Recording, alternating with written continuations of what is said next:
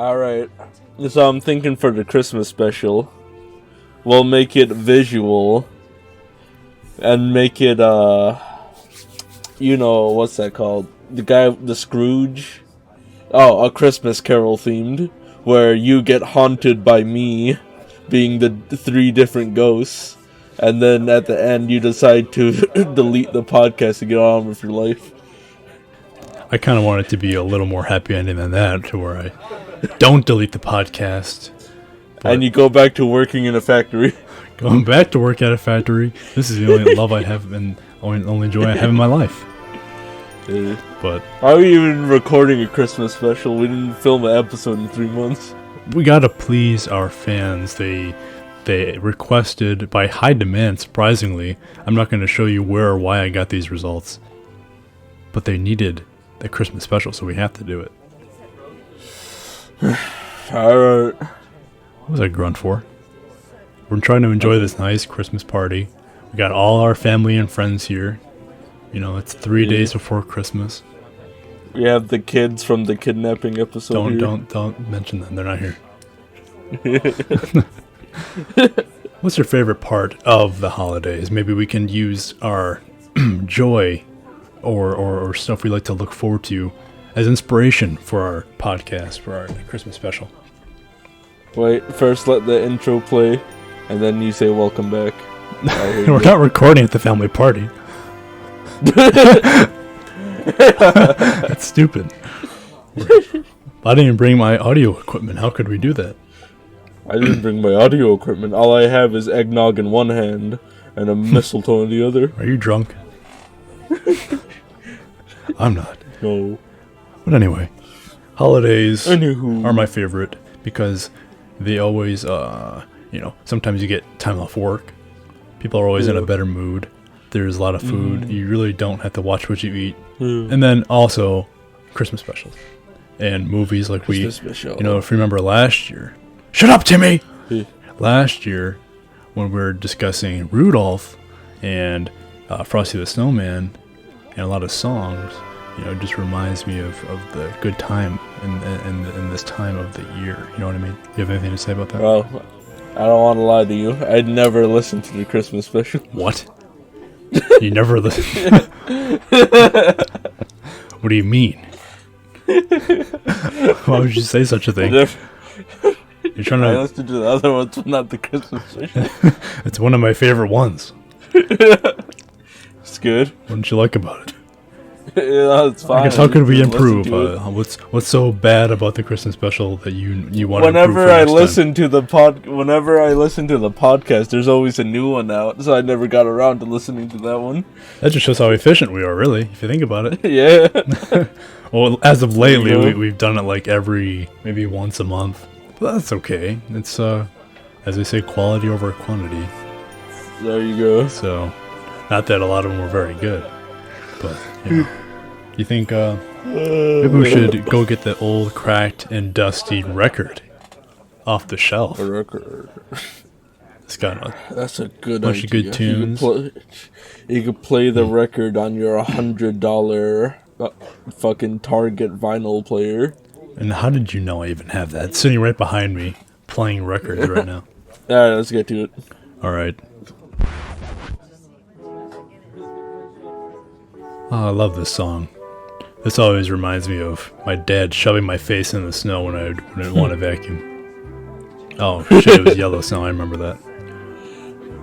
Wait, why is the record skipping Rome? I don't know. But it's haunted. What the? George, Hey. I gotta bleep that! Wait, we're not recording. Anyway. Or the weather outside. And so, besides this holiday party, what are your holiday plans? I know we don't really talk to each other, too much anymore since the divorce. So, what are your plans for next week? Oh, work a full 40 hours and get some Christmas money. Pay for a gift because I didn't buy anyone anything yet. Wait. Boy. Speaking of gifts, I still haven't bought your Christmas present yet. Yes, I have. Oh. That's a lie. I'm just trying to worry you. That way you get enraged and say, "Well, I bought you something," and then it turns into an entire fight. But we don't want that, right? How many times are you gonna say that word? I'm gonna have to replace it. Ahmed, stop! I don't want to fill it with a funny replacement 100 times. Because then the audience is not going to feel involved. They're not going to say, "Wait, I keep forgetting that we're not recording yet. Maybe we're just we're insane. We're insane." I love this song that's playing currently. I love this song too. Oh. I remember this from last year. Do you So I know, Ahmed, you're I don't want to get into what you're a different religion from me. So really, it's wrong for you to be here. That's why we call it the holiday special, not the Christmas special. It's because you have no spine. Of course, I have a spine. Call it a Christmas special. Fine. In the notes, it's called Christmas special. Uh-oh. Canceled! No, it's a Christmas special. I saw a sign on the way to work today. A billboard that said, "Keep the Christ in Christmas." I remember I was checking the weather report for the storm, and it said holiday ornaments instead of Christmas ornaments. Well, there's only one real... I mean, there's Hanukkah, I guess, but they don't have ornaments. They don't have ornaments. I don't think they exactly, do. that's what I was thinking. They don't have any ornaments. Maybe Kwanzaa does. They have that, like, pitchfork-looking thing. So that's probably offensive. That's probably a bit offensive. I don't know. The pitchfork has, like, 3 points. This is what happens when I drink. Get racist. Oh, what's that thing called? It's called a fedora. No, it's called a menorah. Menorah, fuck. I was gonna say candelabra. That's probably the most made-up word I've ever heard in my life. The candelabra. Yeah, so they don't have ornaments, and I laughed at it, then I ran over a dog, but then I drove away. Dog? I'm drunk. Let's go open this book and read it. Oh, okay. What's this book titled? I can't. There's an inch thick of dust on it. Let's see. Insert sound of me. Oh, I can finally read the page. It's called The Polar Express. Oh, what's a book? I wonder what this could be. I don't even know. I have no idea. Could you guess? Should we go gather the children and the young adults and the adults? I'm not a kid. I'm almost 11. Shut up. Shut up. Everybody get on the fucking carpet. Sit down. This is not a time for shenanigans. Everybody, silence, please. And no mild interruptions at various times from somebody in the crowd. Capiche? Okay. Okay. I won't. Everybody gather around. This is called the Polar Express. I don't know why I laughed. It's by Chris Van Allsburg. Everybody ready? Say yes. Ahmed. You said not to interrupt. Fuck you. On Christmas Eve, many years ago, I lay quietly on my bed. I did not rustle the sheets. I breathed slowly. Christmas! And silently. I was listening for a sound my friend had told me I'd never hear. The ringing bells of Santa's sleigh. Santa! There is no Santa, my friend had just insisted, but I knew he was wrong. Now, kids, there is a Santa. I don't want you to, think that there isn't one just because this idiot in the book decided there wasn't one, alright? Late that night, I did hear sounds, though not of ringing bells. From outside came the sounds of hissing steam and squeaking metal. I looked through my window and saw a train standing perfectly still. No train. Did you say robot? No, not a robot, idiot. Standing perfectly still in front of my house. It was wrapped in an apron of steam. Snowflakes fell lightly around it. A conductor stood at the open door at one of the cars. He took a large pocket watch from his vest, then looked up out at my window. How did he know exactly where he was standing? That bothers me. This isn't Cocoa Melon. I don't like this. Shut up, Timmy. I put on my slippers and my robe. I tiptoed downstairs and out the door. All aboard! The conductor cried out. I ran up to him. Well, are you coming? Where? I asked. Why? To the North Pole, of course, was his answer. This is the Polar Express. I took his outstretched hand and he pulled me aboard very aggressively. The train was filled with other children, all in their pajamas and nightgowns. We sang Christmas carols and ate candies with nougat centers as white as snow, or semen. We drank hot cocoa as thick and rich as melted I should not. As rich as melted chocolate bars. Outside, the lights of towns and villages flickered in the distance as the Polar Express raced northward. Soon, there were no more lights to be seen. We traveled through cold, dark forests where lean wolves roamed and white-tailed rabbits hid from our train as it thundered through the quiet wilderness. Oh, that's a wolf.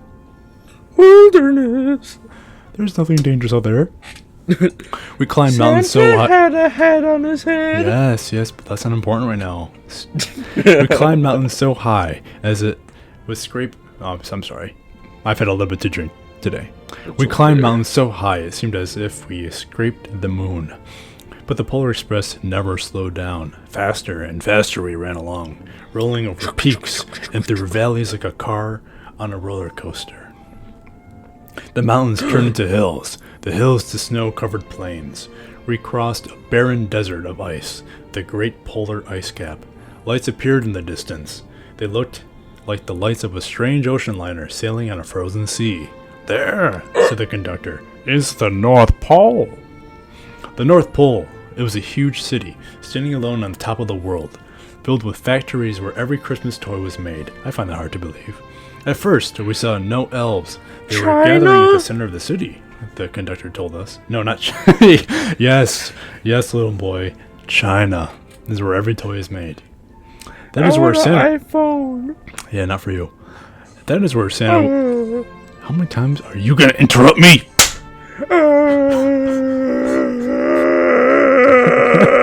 Somebody get a hold of your kid.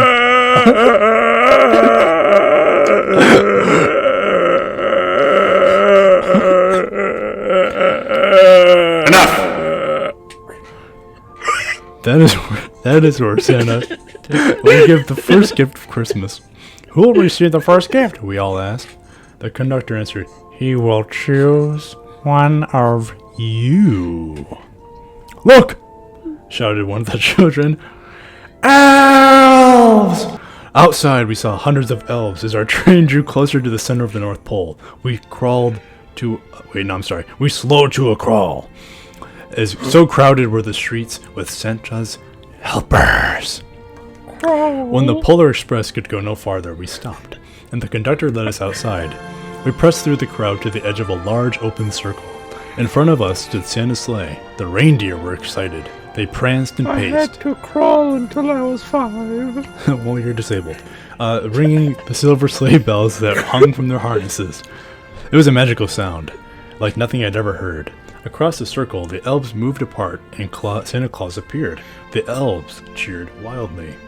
He marched over to us and pointed to me, said, let's have this young fellow right here. He jumped into his sleigh. The conductor handed me up, and I sat on Santa's cock. And he said, now what would you like for Christmas? Hey, come on, man. Stop kidding around. That's fucked up. Don't say that, man. Come on, man. I knew that I could do any gift I can imagine. But the thing I wanted most for Christmas was not inside Santa's... Oh my god. But the thing I wanted most for Christmas was not inside Santa's giant bag. Oh.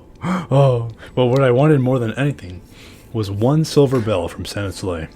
Was Santa's giant sack. That's right. When I asked, Santa smiled. Then he gave me a hug and told an elf to cut a bell off one of the reindeer's harnesses. The elf tossed it up to Santa. He stood, holding the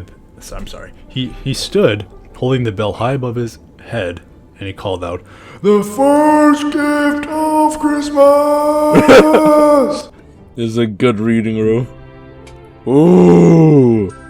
Boo! A clock struck midnight as the elves roared with approval. Santa handled the... Yes! That's not what they sounded like. And also, how do you have such a deep voice still? 6-year-old. No, I don't. Santa handed the bell to me, and I put it in my bathrobe pocket. The conductor helped me down from the sleigh. Santa shouted out the reindeers' names and cracked his whip. His team charged forward and climbed into the air. Santa circled once above us, then disappeared into the cold, dark polar sky. As soon as we were back inside the Polar Express, the other children asked to see the bell. I reached into my pocket, but the only thing I felt was a hole. I had lost the silver bell from Santa Claus's sleigh. "Let's hurry outside and look for it," one of the other children said.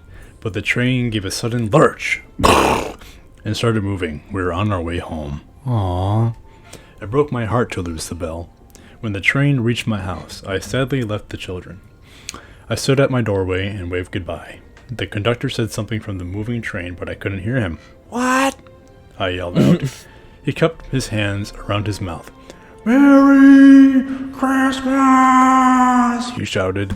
The Polar Express let out a loud blast from its whistle and sped away. On Christmas morning, my little sister Sarah and I opened our presents. When it looked as if everything had been unwrapped, Sarah found one last small box hidden behind the tree. It had my name on it. Inside was a silver bell. There was a note. "I found this on the seat of my sleigh. Fix a hole in your pocket. Signed, Mr. C." I shook the bell. Fix that hole, bitch. Oh. Or I'll fill it. I shook his bell. It made the most beautiful sound my sister and I had ever heard. But my mother said, "Oh, that's too bad." "Yes," said my father. "It's broken." When I had shaken the bell, my parents had not heard a sound. At one time, my friends could hear the bell. But as years passed, it fell silent for all of them. Even Sarah found one Christmas that she could no longer hear its sweet sound. Though I've grown old, the bell still rings for me, as it does for those who truly believe. Hooray!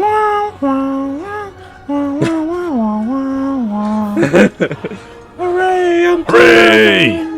Hooray! I know I'm the littlest, and you like hitting me in my soft Thank you. spot. But Doesn't it bring you a lot of joy? Now, Ahmed, I need you to come out, get up, or we're going to sit down by the fire again, where we're casually having a conversation that's private to everybody else in this house. Now, if you want to hear about politics, that story actually is way different from the movie. Really? As I was reading that to all those ugly, disturbing children, cretins. Exactly. There's a lot of stuff that they missed. Like there was a part. I never seen the movie. Where he's literally on top of the train. Oh. Well, in the snow. That fucking story was like 5 paragraphs. How the hell are they gonna make a whole movie out of that? I mean, I know they add a lot of for dramatic. It's really weird that they added the train conductor with giant tits. I don't remember that part in the movie or the book. They added it. Yeah, there's a whole thing where, like, when they got to the North Pole, they the caboose of the train broke off while the 3 main children were in there. So yeah, they're at the North Pole, and the caboose broke off, and it was the 3 main kids. It's actually just the narrator, and then a girl, and then like a poor boy, whatever. So they were walking through the North Pole, and they ended up like in the factory where they make and wrap the presents, and it goes through this big chute and everything, and it lands in the huge fucking bag of Santa's sleigh. So that's where that lands, and then they get pushed down onto the ground where all the other kids and elves are. Then he's like, "Who will I choose to get the first gift of Christmas to?" And then that's when that happens. And then, at first when he was describing the sound of the bells, at the North Pole, he's like, "It was the best sound I've ever heard." He actually didn't hear it until he admitted that he believed in Santa. So they got that wrong too. And then it rained, and then they decided, okay, this guy's gonna get the first gift because he was special. So, yeah. He had real Christmas. I'm a little upset by that. The story was good, and I even looked everywhere. It was the only book we had, and it wasn't even accurate. That's the only book in the shack. It's the only book ever. How'd you like it? Did you like the story? Yeah. I know your stupid kid wouldn't shut the F up. He's not my kid. Where'd he come from? The universe. Anyway. Can you feel the cosmos? No, I'm not on LSD. Not yet. No. That was a good story, Rome. Fucking You read that pretty good, but I don't think it's as good as the story of Rudolph the reddish orange-nosed reindeer.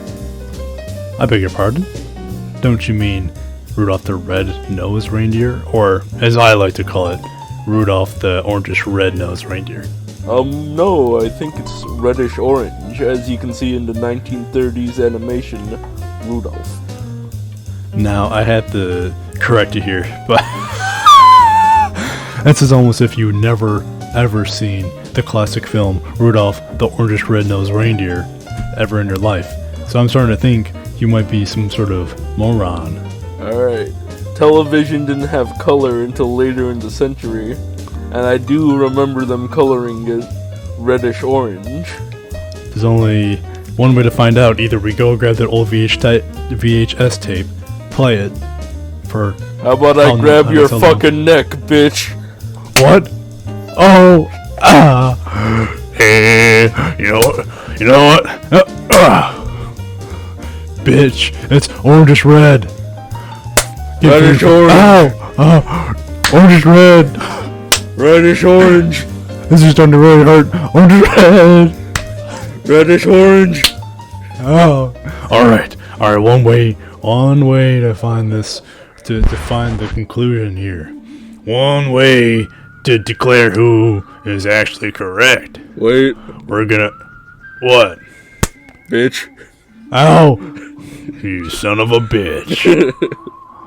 It happens to be high noon. Listen to the spin at my revolver. No. I swear to God, I'm gonna put a bullet in your head right now. Listen to the racking of my Glock.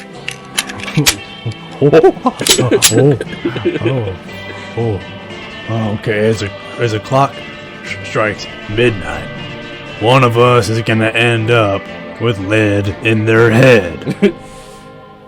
Are you ready? Yeah. You son of a bitch. 3, 2, 1.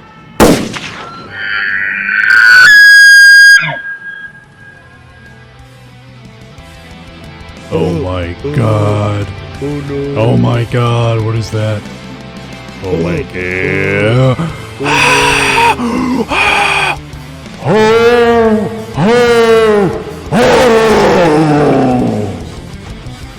Tina! You saved me! Don't worry, I'm back. Stay out of this, Santa. You son of a bitch. Get back here right now. Rudolph. Oh, shit, I fucking killed Rudolph. Oh my. Oh, God. I get Dancer and Prancer, you fucking murder Rudolph.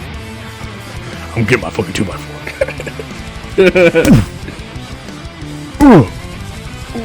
Oof. Ark. Oh, man. Look at that fucking... Ooh, that reindeer over there looks really good. Oh. Eat him, Rome. Eat Rudolph. This is good. Ahmed, it's good, man. This... Have you ever had reindeer? Oh, my God.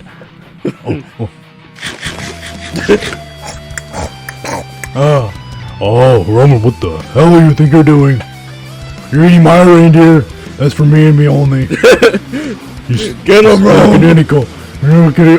Ow. How can you get me? Oh my God. Roman, no. Oh.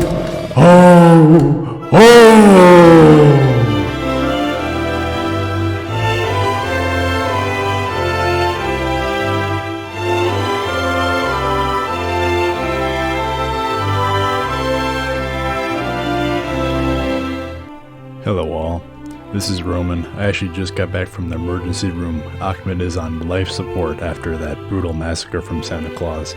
But he told me to let you know that he also wishes everybody a happy holidays, Merry Christmas, whatever holiday you might be celebrating, even if it's a cult or whatever. Thank you guys for listening to our second annual Christmas special. It's been a pleasure to put this out here for you guys. Hope you guys enjoy it. I'm actually going to let this song play out for about a minute maybe, so if you want to listen, go ahead. I recommend you do.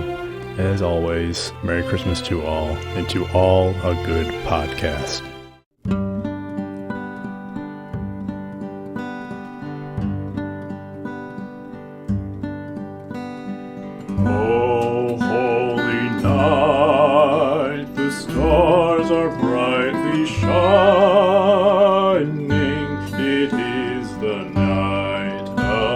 dear Savior's birth.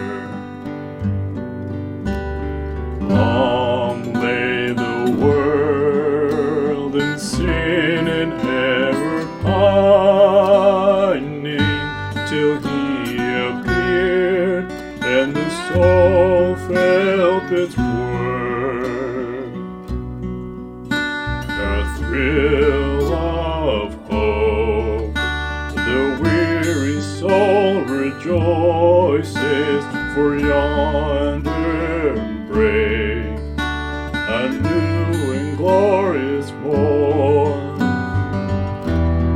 Fall on your knees, oh hear the angel voices, oh night divine, oh night when Christ was born.